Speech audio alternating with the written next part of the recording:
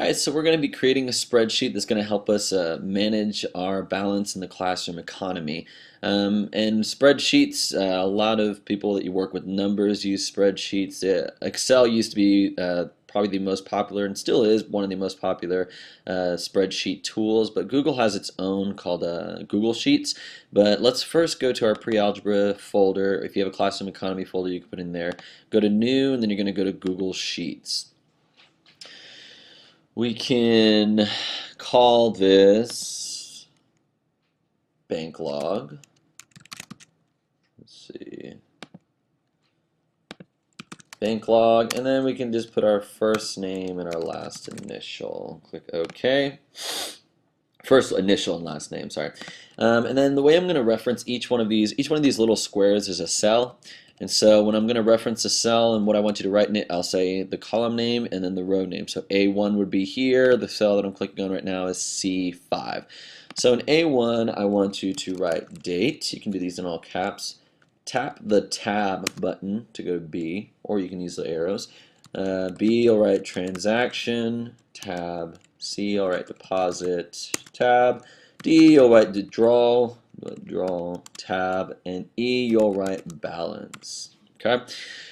And under date, let's leave some space, a little bit of space here. I'm going to go to the 10th row. And here I'm going to write 1-6 for my date. And the cool thing is when Google made Google Sheets, they put it when anybody would put 1-6, they're assuming you're probably wanting to put a date. So if you push enter, it puts the rest of the date and it puts the year for you. But let's say you don't really like the way it looks, you want it to write January 6th. Well, you can actually change the format up here. If you go to format, you click on the cell and then click on number. Say, well, what kind of number is this? Well, this is a date, a time. I can do more formats. And I can say more date and time currencies. Maybe I don't like any of the ones that they have here. I can go right here, and then they're saying, well, how do you want to write it? Well, I like writing it like this, August 5th. And then I'll just say apply. And then it does it like that. So however you want to do it, I'm going to keep it like this, but it's up to you. So in your transaction, let's go ahead and write payday. Well, let's just write starting balance, because this is what you're starting with right now. And what you're going to write, you're going to look at seeing how much money you have on your bank log right now. You'll just see what the balance is right at the end after all that stuff that you did at the end of last semester. So let's say your starting balance is $1,245. A few things. Since this is money, I can actually make this as a currency to show up as money. I'm going to format it as currency by hitting this $sign, and then put this little $sign and so some change. In our classroom economy, we don't use any change though, so I don't really need these two decimal places after. So there's these two buttons right here. It says decrease decimal places and increase decimal places. I'm going to decrease it by 2 right there, and then it's just going to be 1,245. And I'll show you how you can actually format all your numbers like that without doing it every time. So I didn't put anything in deposit withdrawal because I was just showing what the balance was to begin with. And we skipped all this space because we're actually going to go back and fill in some of our earlier bank log. Before I keep going though, since these are headings, I would like these to look a little bit different than everything I'm going to write. So I'm going to hit Command B to make it bold, and Command U to underline it, and Command I to italicize it. And I could do that to every single one individually, or I can just click on this row right here, and it highlights the entire row. And then if I do Command B, well, wait, it's undoing what I did. If I do Command B, it makes all this row bold. Command U, everything I write in this row bold. Command I. And the cool thing is, even though I didn't have anything written in F, if I wanted to write something new, it has that formatting on there as well. So that can save you a little bit of time. I can also change the width of these with my transactions. Since I'm probably going to be writing paycheck, auction money, bonus money, I need a little bit more space in column B. If you notice this, when you put your arrow or your cursor right there on the end of B, you can drag it a little bit wider and then let go, and it gets a little bit wider. And so that's pretty helpful. Deposit, withdrawal, and balance, I can keep those the same. I'm going to put that a little bit wider right there. So here's what I can do now. With my starting balance, I'm going to go down and I'm going to say, let's say today is also payday. Because today is payday. It was supposed to be paid before break, but if you didn't, now's payday. Payday. I'm going to do it just like I would a deposit. Let's say I make $750. And I want this to be in currency, but I want all of anything that I write in deposit or withdrawal or balance, I want to put in currency. So I'm going to highlight these three columns, and I'm going to write the currency button. And I'm going to decrease my decimals by 2. Now notice it didn't turn my words into money because it knows that this isn't money. So it just puts anything that I now write, $78, it puts it in currency, which is kind of nice. So here's where here's where spreadsheets get really, really, really useful. I want to add 750 to my balance, and I can do that in my head, or I can have the spreadsheet do it for me.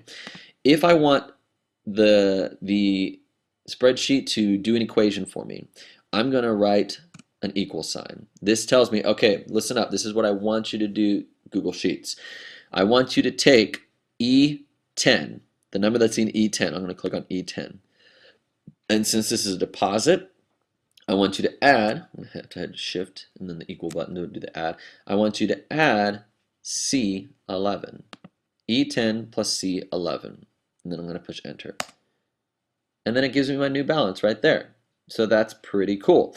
Let's say if I ended up having to pay a fine, let's say 1,815 fine, and my fine was $75. It's not a deposit, it's a withdrawal. So now I'm going to take in my balance, I'm going to say equals, and I'm going to take the balance that's right above it, click right there, subtract D12, click right there. And I'm going to click enter. Don't forget, you need to put the equal sign there. Put enter, and then it takes away the $75. Okay, so here's how we're basically going to be doing all of our banking, our bank logs from now on. And one thing that you can do, I went ahead and filled this in with maybe some things that could end up happening in January. So I could just go and say equals this, and since it's a withdrawal, I'm going to subtract that and hit enter, and then equals E14, since it's deposit, I'm going to hit C14 or E13 plus C14, hit enter. I could do that every time, but that kind of it can get tedious, and especially with people who work with a lot of numbers. So something that spreadsheets do really well.